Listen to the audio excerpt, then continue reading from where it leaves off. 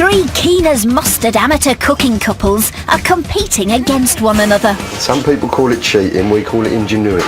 He's going to do as he's told this time. What's the point in going safe? It's a competition. To lay on the best food. For some very demanding party hosts. I don't want it to be mediocre. It's got to be the best. Each day they need to prepare in advance.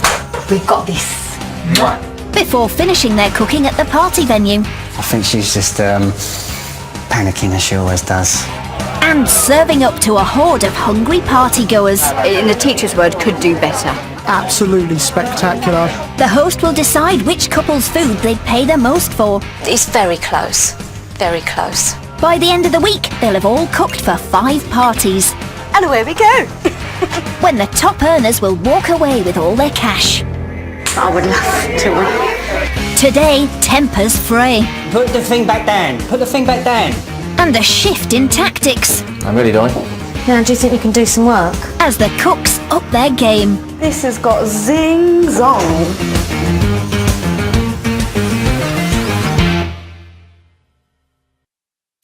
It's the day of the third party for our competing couples. Laid-back cooks Danny and Jane.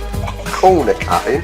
I never cut corners. Creative connoisseurs Tanya and Steve. I really would love to get everything out this time. And panicky perfectionists Perry and Khaleesha. I want to impress the diners and my host. After 2 parties, Perry and Khaleesha are in the lead with £470 in their pot. Close on their heels are Tanya and Steve with £440. And trailing in third place with £300 are Danny and Jane. But all the scores remain a secret. We got it in the bag. We're winners today. And with 3 parties still to go, it's all to cook for. Today's party is hosted by local radio DJ Tony. We got a new one from OMI up next. Track called Hula Hoop, making me feel hungry. Cheese and onion or salt and vinegar. This one's for you. Tony is planning a big bash to mark the 5th anniversary of his radio show. I'd like the party to start one day and end in the daylight of the following day, whilst in the hot tub. That's a long time in a hot tub. For his party, Tony wants to revisit the era of his childhood, the 1970s. When they take that first bite, I want something to be transformed back to the 1970s. I'm expecting some creativity and some design, and I'm expecting to see a 70s flair on that plate. Yeah, I'm all ready to rock and roll. Very cool. Tony's asked for 2 savoury dishes from each set of cooks. Their budget today is £90 per couple. We're not sitting down for a big meal, we're eating whilst partying, so it's getting the right combination. If they get that right, they got my vote. After the party, Tony will decide how much he'd pay for each couple's grub before announcing today's winners. Estate agent Khaleesha and hubby Perry chalked up a big win yesterday, and they're up for it again today. I think we'll be alright with this one. Well, I'm going to kill them with flavours, I think. Their 2 savoury dishes are teriyaki chicken disco balls, followed by Khaleesha's signature dish, chicken rendang. You know, if you're put on death row and they ask you, what will be your last meal? This is mine. When Khaleesha cooks this dish, it's just like going straight back to Malaysia, to be honest. To cook her treasured family recipe, chicken thighs are simmered in spices and coconut milk. I've put in there galangal ginger, garlic, fresh turmeric, and cook it very, very slowly until it's moist. We have this rendang on our Christmas day. Mum used to make it. It's the best thing in the world. The rendang will be finished with an all-important peanut, cucumber and quail egg topping. Egg boiling duty. That's all I'm good for, you see. No, you're not. Honestly, I've been on these eggs for about 15 minutes and I've done 5. And I've ruined one. Why have we got to have little eggs? Can we have man's eggs? You know, like proper big eggs. These little eggs are just a nightmare. While Perry struggles with his tiny eggs, Khaleesha gets their other dish in shape, teriyaki chicken balls, which she starts coating in black and white sesame seeds and will finish at the party. They're going to have a little garnish of cucumber and teriyaki sauce. Student nurse Jane and partner Danny reckon they've nailed the 70s brief with the help of a few cheeky shortcuts. This is all about ease. Simplicity. Their king prawn cocktail is getting livened up with lime and coriander and will be followed by a very 70s beef bourguignon vol au vent. Interesting. So we're making beef bourguignon. Bourguignon. I can't say that word. Bourguignon. Yes, that one. On like a big vol au vent. For the filling, Danny is slow cooking braising steak with red wine, pancetta and mushrooms, and they've opted for a speedy ready rolled puff pastry. That comes in one size, extra large. I bought it already cut into squares because it just takes the stress out of it. Their giant bourguignon vol au vents will be served with a very mustardy dressing.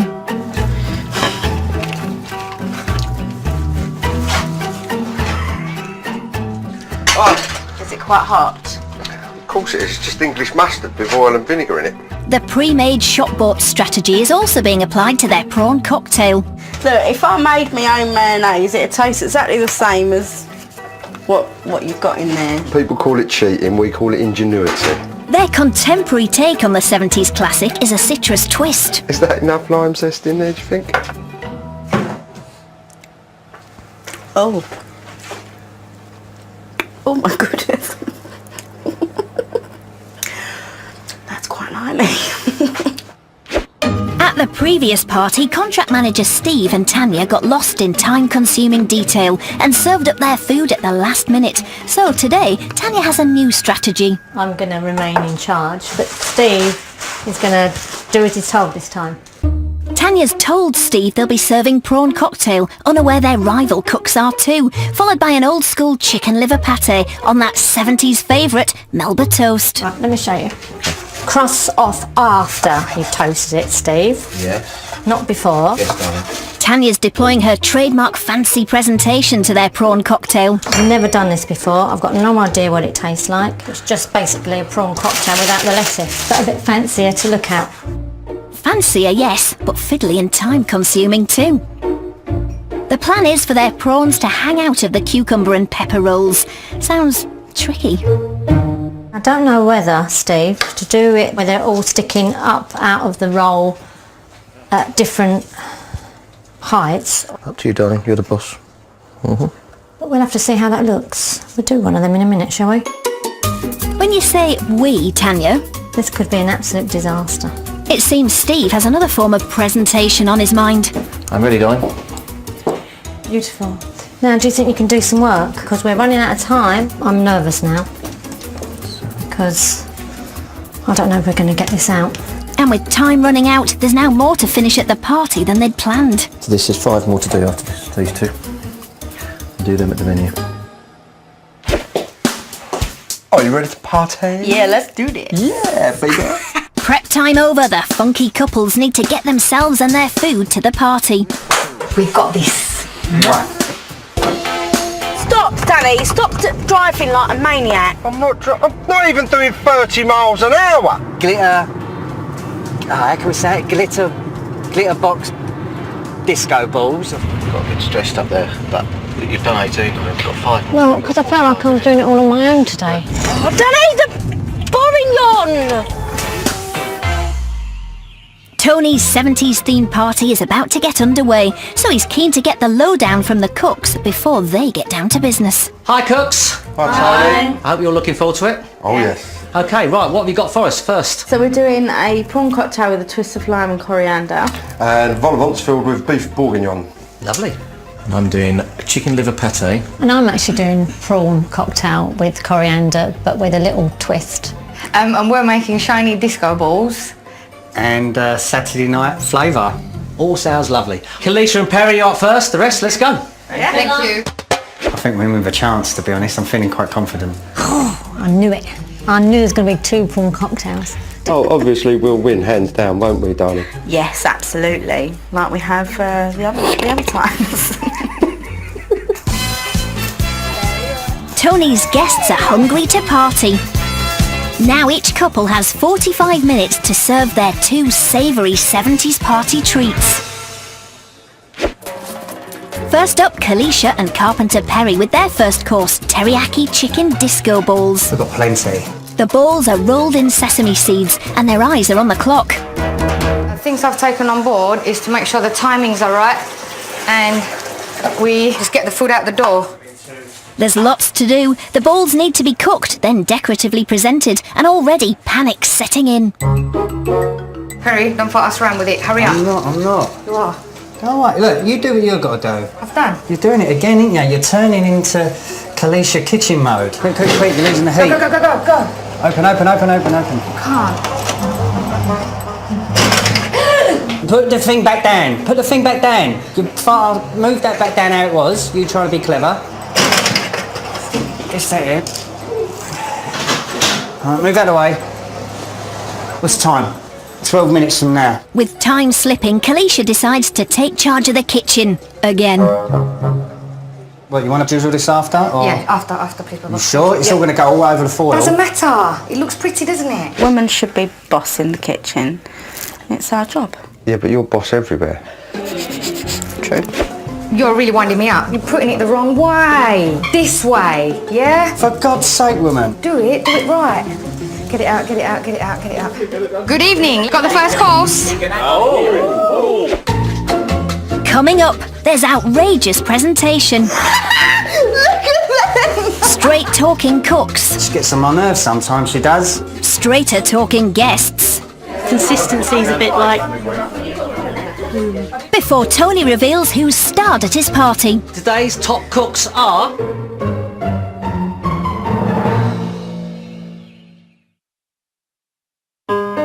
DJ Tony is celebrating 5 years on the airwaves by going back in time to the 70s for a party with his pals.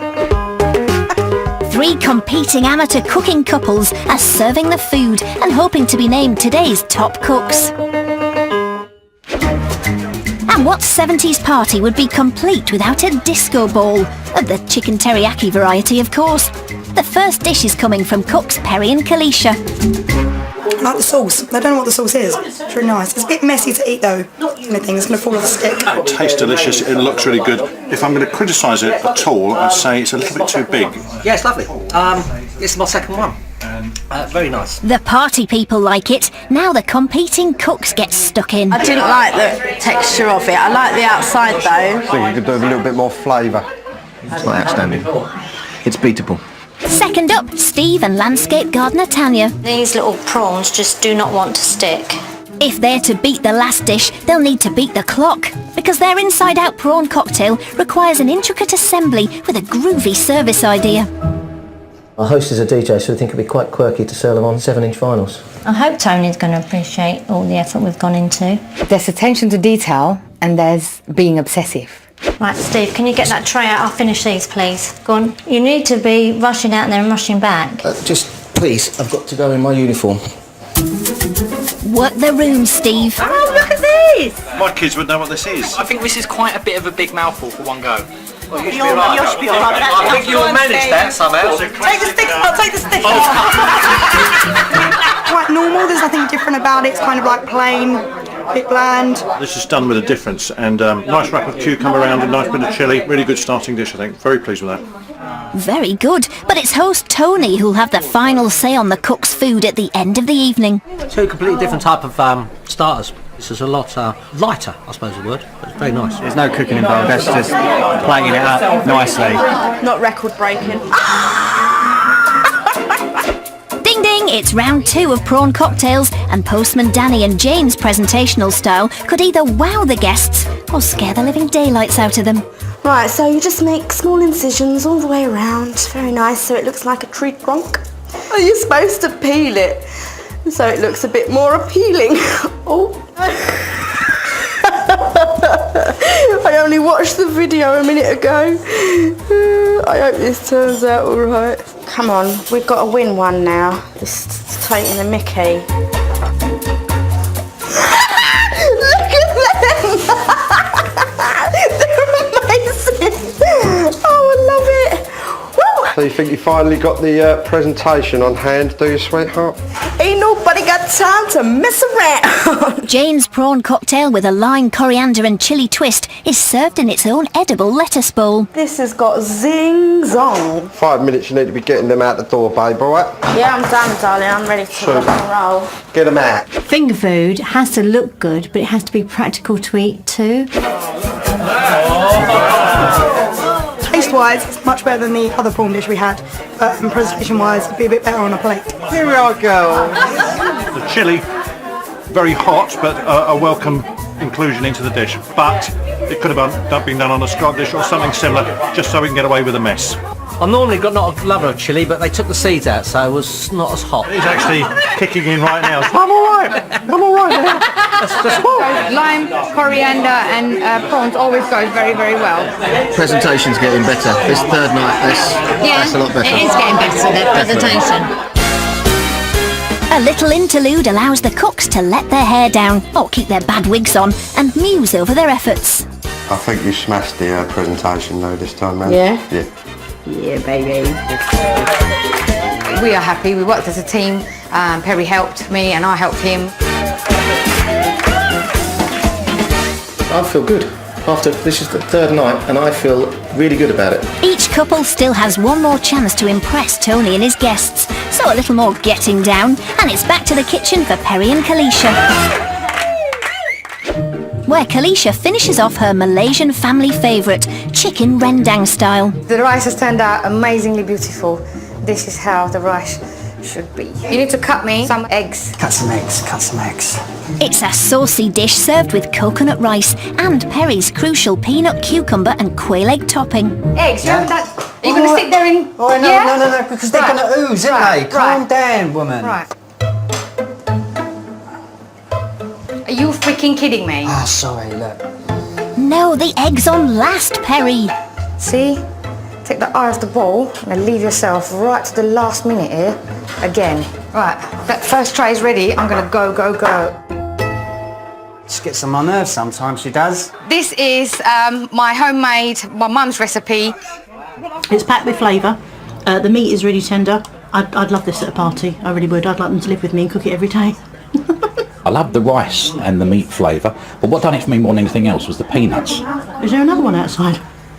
Steve and Tanya are next up with their chicken liver pate on Melba toast, and even though they prepped it at home, they're up against it yet again. Start taking some out, please. Take them out, please. You can take that out while you're waiting for me to make these. You need 4 more. Take them out and come back for some more.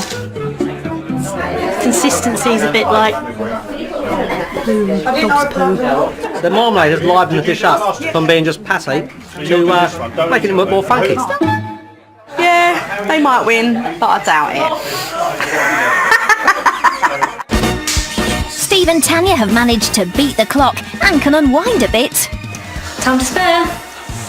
Steve can have a dance. That's enough. Finally, Jane and Danny, who have 25 minutes to serve up the last dish of the evening, those giant beef bourguignon vol au vents. What have you done with the lids? Lids for what? For the vol au vents. You don't put lids on a vol au vent, do you? Yes, of course you do. No, you don't. You put a lid on a saucepan. Because a vol au vent is a type of hat, isn't it? No, you're talking out your hat. Pies have lids on, and this ain't a pie. It's a vol au vent. When I was a child, vol au vents were this big. No, your hands were just smaller, Steve. Well, if you want to get a spoon then and start spooning some meat in it, because what do you want me to do? You're just standing there looking at me. Yeah, I know. I'm admiring you, darling. That's all I'm doing. Admiring me. Oh, the beef's really tender. Not sure about the mustard. So far of the whole evening, this has been my favourite dish. It's my favourite food. Slow cooked beef is really, really nice, and an unusual addition of mustard, and that for me sets it off. Tasting both the dishes, I think these are in with a chance. Tony now needs to find out which dishes his guests were digging tonight before he decides how much he'd be willing to pay for the cook's retro grub. I've dreamed of eating a vol au vent that big. Did it live up to your dream? No. We've had a conflab, and I think I've come up with the right winner. It was tight at the end between two of them, but at the end of the day, there can only be one winner.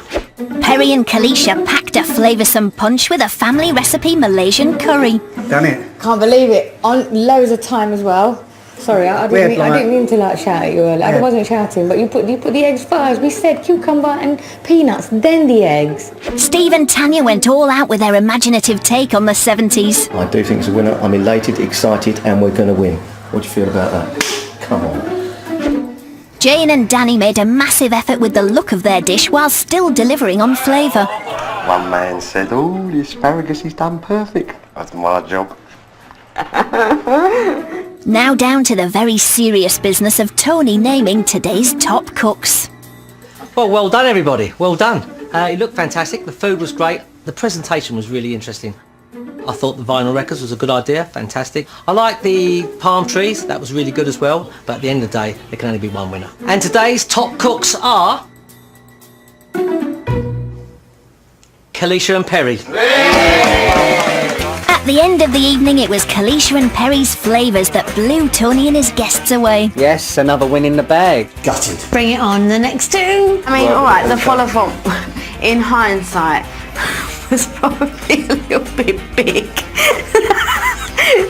Tony valued Perry and Khaleesha's food at £230, Danny and Jane's at £220, and Tanya and Steve's at just £190. Add on previous party earnings and budget savings, Perry and Khaleesha are on £720, Tanya and Steve £650, and Danny and Jane are on £540. But the cooks have no idea what their totals are.